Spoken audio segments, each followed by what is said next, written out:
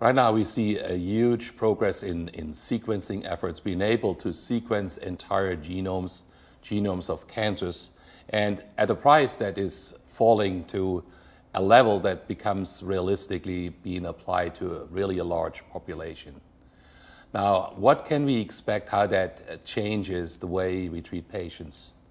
Well, first of all, clearly I'm looking forward to look at a lot of data that is emerging out of that, because it will allow us to even better identify populations within, let's say, melanoma tumors or breast tumors that share certain characteristics.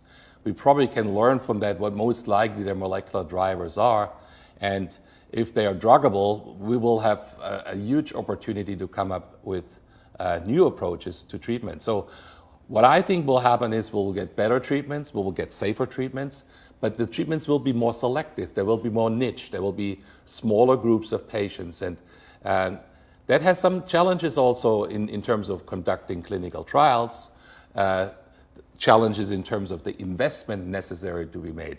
Remember, today, to develop a drug is a very expensive exercise that is justified mostly because there is at the end a big patient population that you can treat with. But there's going to be that trend to get smaller and smaller. And the costs and the requirements, regulatory requirements at the same time go up. So we have sort of countercurrents that worry me a little bit to really bring to the patients what ideally could be brought to them. So I think we need to have changes, think about changes from a regulatory environment, from a reimbursement environment. What our endpoints need to be, how long and how much money you can spend and afford to spend, and some of these smaller niched indications, and get to answers more quickly. We already see this in Plexicon, where we now, with new programs, start smaller trials, 10, 20 patients, and not so much for nailing a clear, definitive registrational outcome, but really more for signals rather than setting them up and say, okay, we go into lung cancer because this is a big indication.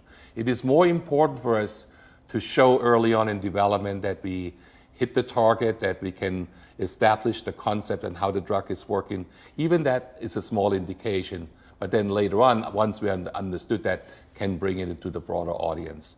And I think what we do with Zelboraf is very similar. We have now shown in melanoma how that works. This is now pretty obviously tested in all those other tumors. We don't know the outcomes yet, but there is I would say, I'm positively optimistic as always, otherwise I wouldn't be in this business.